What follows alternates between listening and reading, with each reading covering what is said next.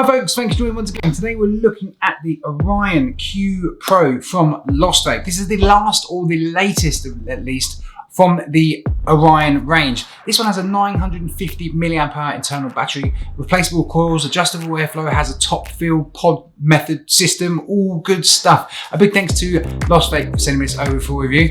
Let's crack on.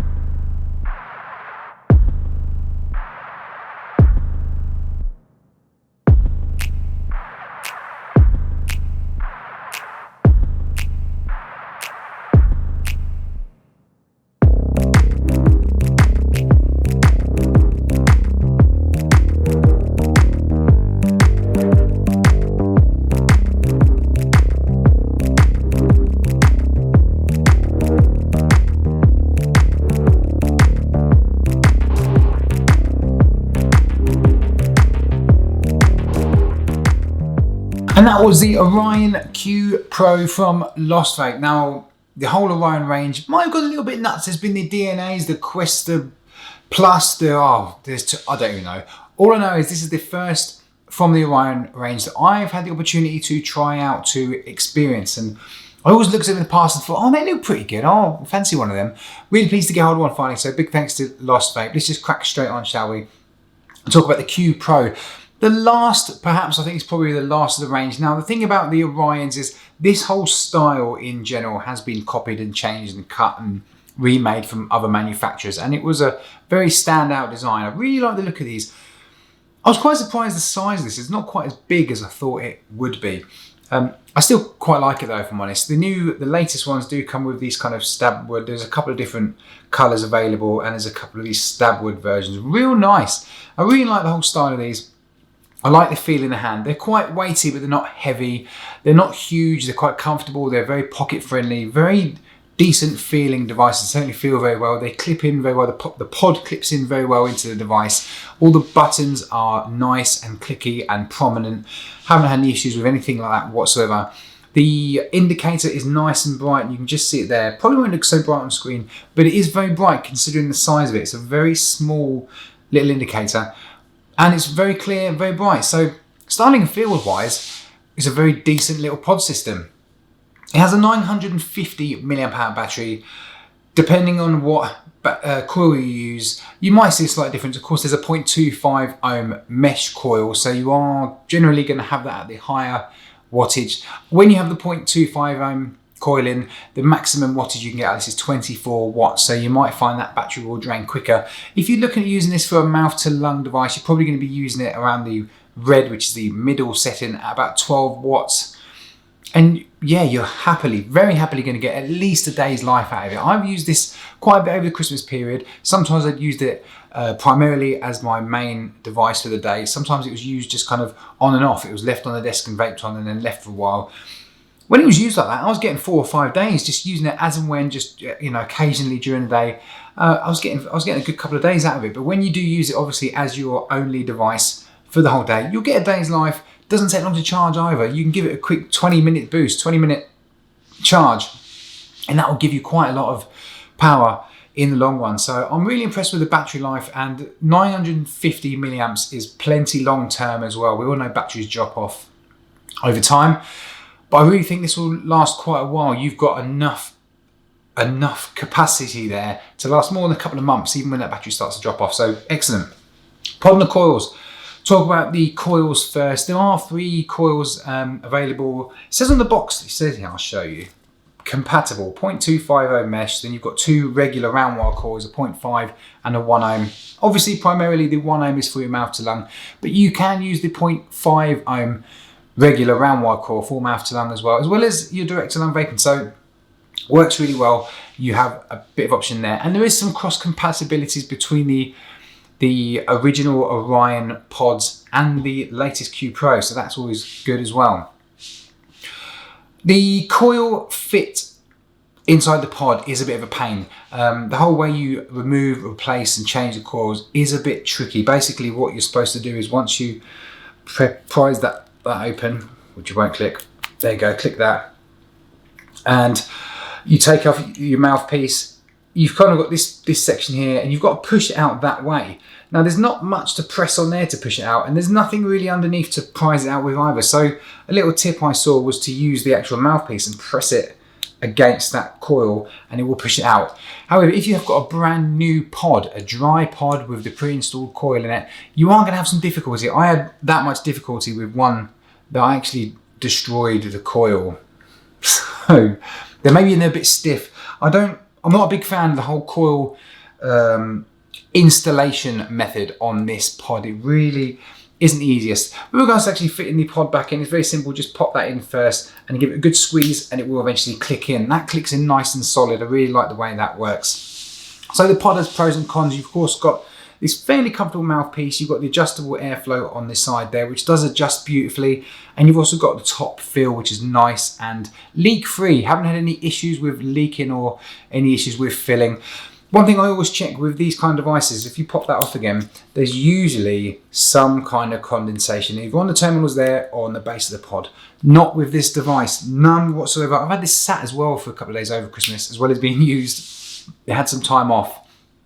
And I've had no problems at all. Not a drop of condensation, not a drop of liquid anywhere. Really good, really high quality, really pleased with that. Flavour and clouds, let's get straight on with it.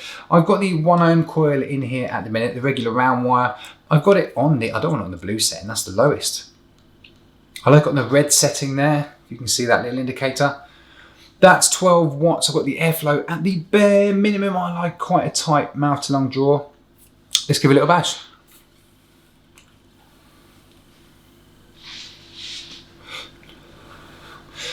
Now with your nice preferred Nic Salts, you're going to get a real nice mouth to lung vape out of this, so really enjoy it. It all comes down to that adjustable airflow, being able to dial it in as you like it.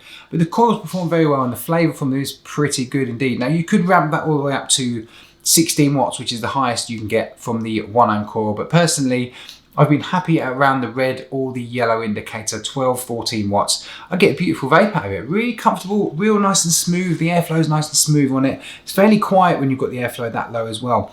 Really enjoyable vape. Now, if we quickly release this pod, and I have one set up here with the 0.5 ohm regular round wire, and I've got some 3mg 70/30 juice. Haven't had any problems with wicking on 70/30. It's actually probably fair to say this is probably more, it's probably closer to an 80/20. That's clipped in there. I'm now going to set that to its maximum, which is the purple indicator. Purple indicator. The airflow is wide open now. I'm going to give that a little bash. Now the wattage on purple with the 0.5 ohm coil will be 20 watts.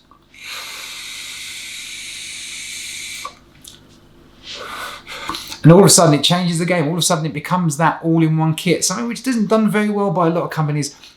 Orion, the Lost Vape have accomplished it with this one, certainly. The flavour is very good from that, and the coil does last a long time. The durability of the coils is great. The 0.25 mesh coil was a cracking coil until I killed it after 2 weeks. So that lasted really well. I don't actually have any more of them to show you, but that performed very well. And the 0.5 ohm with a direct to lung vape performs beautifully.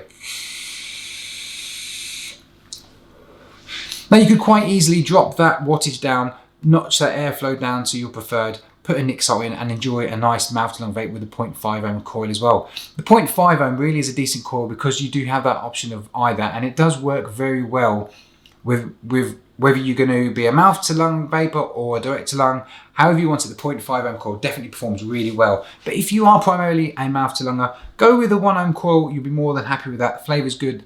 The vape production is fairly decent. The 0.5 just ramps it up a little bit more, and you will use a bit more of your battery capacity. Airflow, not a great deal to say about the airflow. That fully adjustable airflow just wins it for me.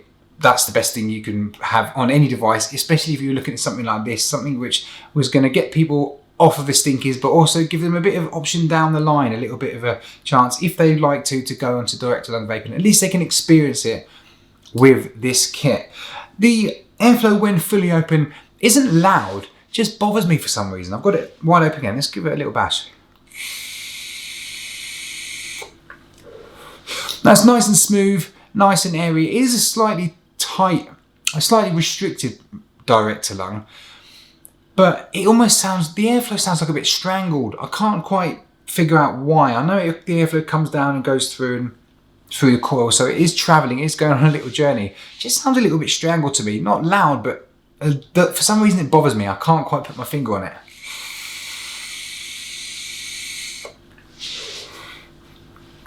So if you've got this device or you've had one of the Orions, then pop a comment down below. Let me know your thoughts on it.